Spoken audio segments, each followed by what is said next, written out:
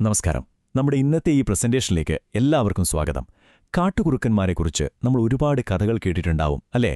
എന്നാൽ ഇന്ന് നമ്മൾ കാണാൻ പോകുന്നത് കഥകളിലില്ലാത്ത, അധികമാർക്കും അറിയാത്ത അവരുടെ ചില യഥാർത്ഥ സൂപ്പർ പവറുകളെക്കുറിച്ചാണ്. നേരിട്ട് തന്നെ നമുക്ക് കാര്യത്തിലേക്ക് കടക്കാം. അപ്പോൾ തുടക്കത്തിൽ തന്നെ എനിക്കൊരു ചോദ്യം ചോദിക്കാനുണ്ട്. നിങ്ങളൊരു കുറുക്കനെ കാണുമ്പോൾ നിങ്ങളുടെ മനസ്സിൽ ആദ്യം വരുന്നത് അതൊരു നായയുടെ വർഗ്ഗമാണെന്നാണോ അതോ പൂച്ചയുടെ വർഗ്ഗമാണെന്നാണോ? ഒറ്റനോട്ടത്തിൽ ആർക്കും ഈ സംശയമുണ്ടാകാം, ശരിയല്ലേ? ഇതിന്റെ സത്യാവസ്ഥ എന്താണെന്നറിയാമോ? ജീവശാസ്ത്രപരമായി നോക്കിയാൽ കുറുക്കന്മാർ നായ്ക്കളുടെ കുടുംബത്തിലാണ് വരുന്നത്, അതായത് കാനിഡേ കുടുംബത്തിൽ. എന്നാൽ അവരുടെ പെരുമാറ്റമോ? അത് പൂച്ചകളെപ്പോലെയാണ്. നായ്ക്കളെപ്പോലെ കൂട്ടമായിട്ടല്ല, മറിച്ച് പൂച്ചകളെപ്പോലെ ഒറ്റയ്ക്കാണ് അവർ ഇരപിടിക്കുന്നത്.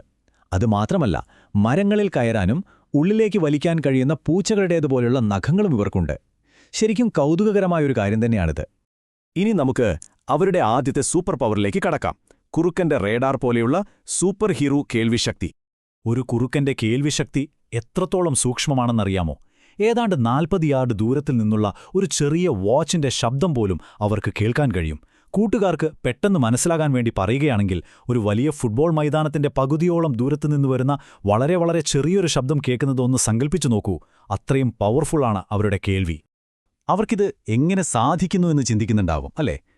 നമ്മുടെ വീടുകളിലെ സാറ്റലൈറ്റ് ഡിഷ് സിഗ്നൽ പിടിക്കാൻ വേണ്ടി കൃത്യമായി തിരിയുന്നത് കണ്ടിട്ടില്ലേ?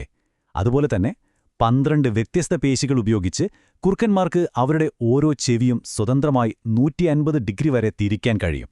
അതുവഴി 3 അടി കനമുള്ള മഞ്ഞിനടിയിൽ ഒളിച്ചിരിക്കുന്ന എലികളെപ്പോലെയുള്ള ജീവികളുടെ ശബ്ദം പോലും അവർക്ക് വളരെ കൃത്യമായി കണ്ടെത്താൻ സാധിക്കും.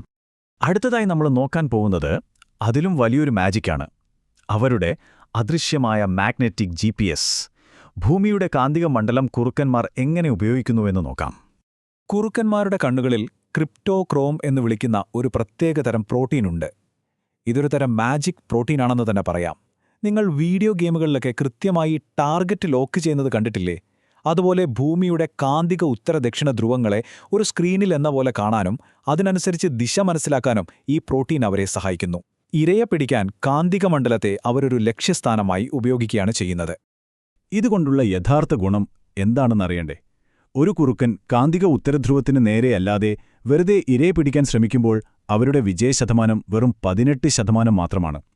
എന്നാൽ ഭൂമിയുടെ കാന്തിക ഉത്തരധ്രുവത്തിലേക്ക്, അതായത് മാഗ്നറ്റിക് നോർത്തിലേക്ക് കൃത്യമായി ദിശ തിരിഞ്ഞുനിന്ന് ഇരയിലേക്ക് ചാടുമ്പോൾ വിജയശതമാനം ഒറ്റയടിക്ക് 73% ഉയരും. അവിശ്വസനീയമായ കൃത്യതയാണിതല്ലേ? ഇപ്പോൾ നമ്മൾ കേട്ട ഈ 2 സൂപ്പർ പവറുകളും ഒന്നിക്കുമ്പോഴാണ് യഥാർത്ഥ മാജിക് നടക്കുന്നത്.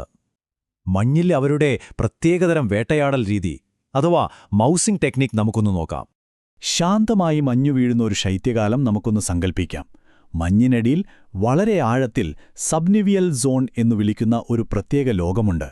വോളുകൾ, ലെമ്മിങ്ങുകൾ തുടങ്ങിയ ചെറിയ ജീവികൾ വളരെ സുരക്ഷിതരാണെന്ന് കരുതി ജീവിക്കുന്ന മഞ്ഞൻ പാളികൾക്കടിയിലുള്ള അദൃശ്യമായ തുരങ്കങ്ങളാണിവ. പുറമേ നോക്കുമ്പോൾ അവിടെയൊരു ജീവിയുണ്ടെന്ന് ആർക്കും മനസ്സിലാകില്ല.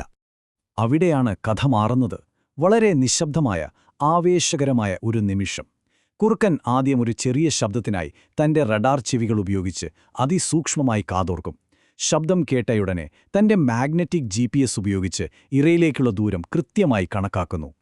പിന്നീട് തന്റെ കരുത്തുറ്റ പിൻകാലുകൾ ഉപയോഗിച്ച് തണുത്ത കാറ്റിലേക്ക് വളരെ ഉയരത്തിൽ ഒറ്റച്ചാട്ടം. എന്നിട്ടോ 3 അടി കനമുള്ള മഞ്ഞിലേക്ക് തലകീഴായി ഒറ്റ ഡൈവും. ആ ഡൈവിലൂടെ മഞ്ഞിലേക്ക് ആഴ്ന്നിറങ്ങുമ്പോൾ തന്നെ ഇരയെ അവർ കൃത്യമായി വായിലാക്കും.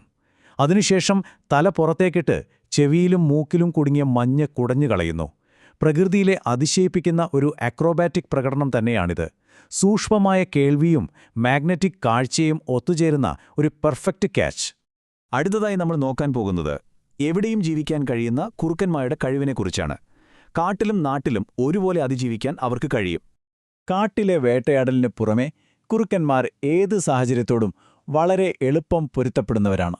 നഗരങ്ങളിലെ കോൺക്രീറ്റ് കെട്ടിടങ്ങൾക്കിടയിൽ ഉപേക്ഷിക്കപ്പെട്ട ഭക്ഷണം തേടി നടക്കുന്ന നഗരത്തിലെ കുറുക്കന്മാരായാലും, വിശാലമായ നാട്ടിൻപുറങ്ങളിൽ തനിച്ച് ഇരതേടി നടക്കുന്ന ഗ്രാമീണ കുറുക്കന്മാരായാലും, എവിടെയും ജീവിച്ചു പോകാൻ തങ്ങളുടെ അതിഗംഭീരമായ ബുദ്ധിശക്തിയാണ് അവർ ഉപയോഗിക്കുന്നത്. ഗ്രാമങ്ങളിലെ കുറുക്കന്മാർ കൂടുതൽ സ്ഥലം സ്വന്തമാക്കി ഒറ്റയ്ക്കാണ് വേട്ടയാടി ജീവിക്കുന്നത്. എന്നാൽ നഗരങ്ങളിൽ അവർക്ക് ഭക്ഷണം കൂടുതൽ എളുപ്പത്തിൽ ലഭിക്കും. പുതിയ സാഹചര്യങ്ങളുമായി ഇണങ്ങിച്ചേരാനുള്ള ഈ സവിശേഷമായ ബുദ്ധിശക്തി കൊണ്ടാണ് പഴയ നാടോടി കഥകളിൽ കുറുക്കന്മാരെ കാടിന്റെ കാവൽക്കാരായി ചിത്രീകരിക്കുന്നത്. ശക്തി ഉപയോഗിച്ചല്ല, മറിച്ച് തങ്ങളുടെ ബുദ്ധിയും നിരീക്ഷണപാഠവും ഉപയോഗിച്ചാണ് അവർ കാവർ നിൽക്കുന്നത്. വെളിച്ചത്തിനും ഇരുട്ടിനുമിടയിലുള്ള സമയങ്ങളിൽ, അതായത് അതിരാവിലെയും സന്ധ്യയ്ക്കുമാണ് ഇവ കൂടുതലായി പുറത്തിറങ്ങുന്നത്. അതുകൊണ്ടുതന്നെ പഴയ കാലത്തെ അറിവുകൾ കാത്തുസൂക്ഷിക്കുന്നവരായാണ് ഇവരെ പലപ്പോഴും കണക്കാക്കുന്നത്. പുതിയ ചുറ്റുപാടുകളുമായി പൊരുത്തപ്പെടുന്നതിനെക്കുറിച്ച് പറയുമ്പോൾ 1950കളിൽ റഷ്യയിൽ നടന്ന വളരെ പ്രശസ്തമായൊരു പരീക്ഷണം നമ്മൾ ഉറപ്പായും അറിഞ്ഞിരിക്കണം. കുറുക്കന്മാരെ നായ്ക്കളെപ്പോലെ ഇണക്കിയെടുക്കാൻ ശ്രമിച്ചാൽ എന്ത് സംഭവിക്കുമെന്നതായിരുന്നു ആ പരീക്ഷണം. റഷ്യൻ ശാസ്ത്രജ്ഞനായ ദിമിത്രി ബെല്ലായേവ് ആണ് ഈ പരീക്ഷണം ആരംഭിച്ചത്. വളരെ അത്ഭുതകരമായ ഒരു കാര്യമാണ് ഈ പരീക്ഷണത്തിൽ പിന്നീട് സംഭവിച്ചത്. ഏതാണ്ട് 40 തലമുറകളോളം ഏറ്റവും സൗമ്യരായ കുറുക്കന്മാരെ മാത്രം തെരഞ്ഞെടുത്തപ്പോൾ അവരിൽ ശാരീരികമായ മാറ്റങ്ങൾ തന്നെ ഉണ്ടായി തുടങ്ങി. അവയുടെ ചെവികൾ തൂങ്ങിക്കിടക്കുന്നതായി മാറി, വാലുകൾ നായ്ക്കളുടേതുപോലെ ചുരുണ്ടു, ശരീരത്തിൽ പല നിറത്തിലുള്ള പുള്ളികൾ വന്നു. മാത്രമല്ല, മനുഷ്യരുമായി ഇടപഴകാനും സ്നേഹം പ്രകടിപ്പിക്കാനും അവ ഇഷ്ടപ്പെട്ടു തുടങ്ങി. നമ്മുടെ വീട്ടിലെ വളർത്തുനായ്ക്കളെപ്പോലെ വയറ്റിൽ തലോടുന്നതുവരെ അവർ ആസ്വദിച്ചു എന്നു പറഞ്ഞാൽ വിശ്വസിക്കാമോ? ഒരു ജീവിക്ക് സാഹചര്യങ്ങൾക്കനുസരിച്ച് എത്രത്തോളം മാറാൻ കഴിയും എന്നതിന് ഇതിലും മികച്ചൊരു ഉദാഹരണമില്ല.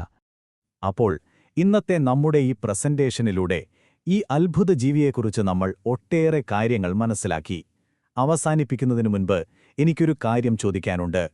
അടുത്ത തവണ കാട്ടിലോ നിങ്ങളുടെ പരിസരത്തോ എവിടെയെങ്കിലും ഒരു കുറുക്കൻ മിന്നിമറയുന്നത് കാണുമ്പോൾ അതിനെ വെറുമൊരു സാധാരണ കാട്ടുജീവിയായിട്ടാണോ, അതോ റഡാർ ചെവികളും മാഗ്നറ്റിക് ശക്തിയുമൊക്കെയുള്ള അസാമാന്യനായ ഒരു സൂപ്പർ ഹീറോ ആയിട്ടാണോ നിങ്ങൾ കാണുക?